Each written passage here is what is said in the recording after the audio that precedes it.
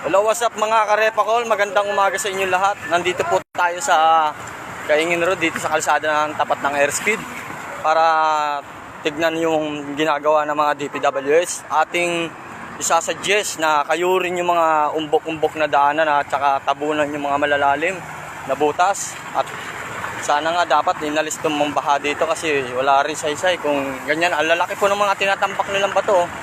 Wala rin po yan. Ayan po.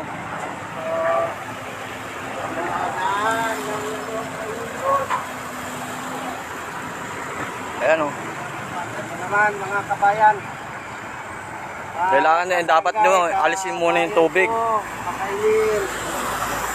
Ayan ba ko? Pero anong ba lang tinatampak nila? Natangayin din ng ulan yan. Ay. Ano? Wash out yan. Out pa rin yan.